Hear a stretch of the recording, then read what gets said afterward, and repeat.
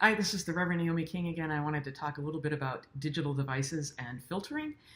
As we had spoken about in an earlier video that I did, it's really important to be able to set your notifications and use those in some ways. You can go through and edit your which ones are that you want to be receiving and when you need to be receiving them. And the which ones is part of filtering. So let's talk a moment about filtering. How do I choose? There's so much good stuff out there. There's so much that I feel like I need to know. There's so much that I want to be able to pursue. Or there's something, I want to be the first person among my friends to have seen this particular thing or to share that particular thing. And part of setting that filter is letting that go. I understand the pressure to want to know everything or to feel like people want you to be in the know of everything. There's just too much. Just really too much. I can't know everything. You can't know everything. Nobody can know everything. That's why we have search engines, and it's why we have all these wonderful repositories of wisdom, and it's why we have wonderful repositories of LOL cats. We can't know everything. We can't keep track of everything. And to try to do so is really difficult. It creates a lot of stress for most of us. We may not even be aware of it as it starts to build up. So when we set our filters about what we're going to be following and how often and when we're going to dip into it, there are some other things to take into account. Obviously, we need to do that.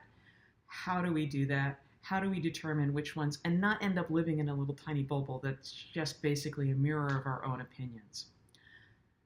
The first thing about filtering and not getting only your own opinion is to make sure that you do follow or check in or dip into reputable sources that reflect opinions that are outside your usual comfort zone. If these articles or videos or news feeds aren't challenging you every once in a while to have to grow a little more love or be a little more generous or ponder that for whatever's been going on or figure out, like how many other people in your neighborhood feel that way or why would somebody be in that position or believe that, then you're probably a little too narrow. So widen in that pool a little bit so that you're engaging at least 2 or 3 times a week. I like every day, but start with getting into the discomfort zone 2 to 3 times a week for a few minutes at a time. And as your ability to stay present in that discomfort grows, then you can expand that amount of time. But start with filtering there. Other things that we might want to filter around. I tend to like to filter around justice activities. And I want to know what's going on, for example, in the world of people working for refugees and migrants to be treated humanely and well and made welcome into our various countries. I'm very concerned about climate change, and I am following lots of material on the environment. There is a lot in both of those areas and in so much more.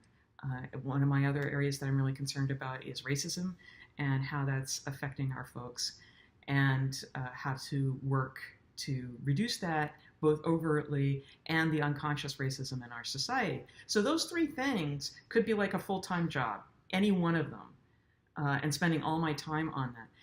I can't do that. Most of us can't do that unless that is our full-time job. And we're still going to be interested in these other things. So I try to sort through and pick a couple of things each day that I'm going to focus on. And one day of the week after another is going to be where I spend more time that I've set aside for that particular focus on a justice issue that matters to me.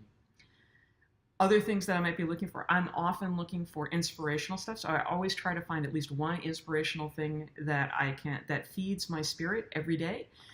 And the other thing that I look for is, because I use a wheelchair, I'm really interested in what other people who use wheelchairs are doing out there, what they're doing for dance and yoga and engaging in activism in the world and leading all sorts of wonderful, fully engaged, fully embodied lives, because that's what we do. And for me, that's a really important reminder since lots of the people around me don't use a wheelchair. So these are some things to think about when you're setting your filters about what you really need to be doing, what you really need to be looking at, how much you need to be listening to, how much you want to spend in terms of time. Always start with the time constraint, which is the first filter, and then where your values are.